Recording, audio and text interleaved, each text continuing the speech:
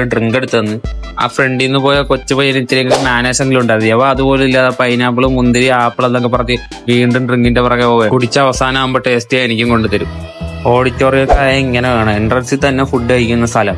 അവനെ ഞാൻ വഴിതിരിച്ച് എങ്ങനെയെങ്കിലും മണ്ടയിലോട്ട് കൊണ്ടുവരുന്നുണ്ട്. ഇവിടെ പരമശിവത്തിന്റെ ലോഡ് കൊണ്ട് പിള്ളേർ പോകണുണ്ടായിരുന്നു. പെണ്ണിനെ കാണാനില്ലെന്ന് പറഞ്ഞിട്ട് തിരിഞ്ഞു നോക്കിയപ്പോൾ ആ ഭൂതത്തിനെ പോലെ ഒന്ന് നിൽക്കുന്നു ഫ്രണ്ടിൽ. അവള് പിന്നെ കഴിക്കാൻ പോകാൻ പറഞ്ഞു. അത് പറയുന്നതിന് മുമ്പേ നമ്മൾ ഇറങ്ങി അവിടെ നിന്ന്.